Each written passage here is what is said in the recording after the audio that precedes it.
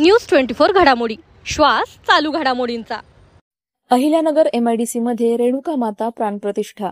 रेणुका माता देवस्थानचा ऐतिहासिक क्षण। अहिल्यानगर MIDC परिसरातील पुरातन श्री रेणुका माता देवस्थान ट्रस्ट येथे आज भक्तिमय आणि ऐतिहासिक सोहळा पार पडला। मूर्तीची प्राणप्रतिष्ठा आणि देवस्थानचा जीर्णोद्धार पारंपरिक पद्धतीने करण्यात आला। देवीचे मुख्य परंपरागत पुजारी गंगाधर तुकाराम वाकळे पाटील आणि बाबासाहेब भाऊसाहेब वाकळे पाटील यांच्या हस्ते शास्त्रोक्त विधीने तांदळाची स्थापना करून प्राणप्रतिष्ठा सोहळा पार पडला।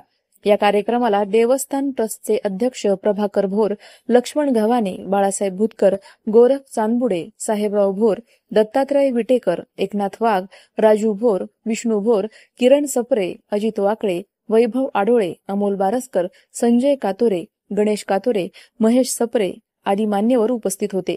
पारंपरिक वाद्याच्या गजरात आणि जयघोषात संपूर्ण परिसर भक्तिमय झाला होता। सावेडी, बोल्हेगाव, नागापूर, नालेगावसह पंचक्रोशीतील भाविक भक्त मोठ्या संख्येने उपस्थित राहिले। जीर्णोद्धारानंतर नव्या तेजाने उजळलेल्या रेणुका मातेसमोर आज भक्तांचा महापूर उसळला। या नव्या अध्यायानंतर देवस्थानाचा लौकिक आणखी किती पटींनी वाढणार याची उत्सुकता लोकात दिसून आली। प्रतिनिधी स्वामी गोसावी, न्यूज 24 घडामोडी, अहिल्यानगर। अशाच बातम्यांचा आढावा घेण्यासाठी आजच आपल्या YouTube चॅनलला सबस्क्राईब करा। बातमी आवडल्यास लाईक करा आणि इतरांपर्यंत शेअर करा।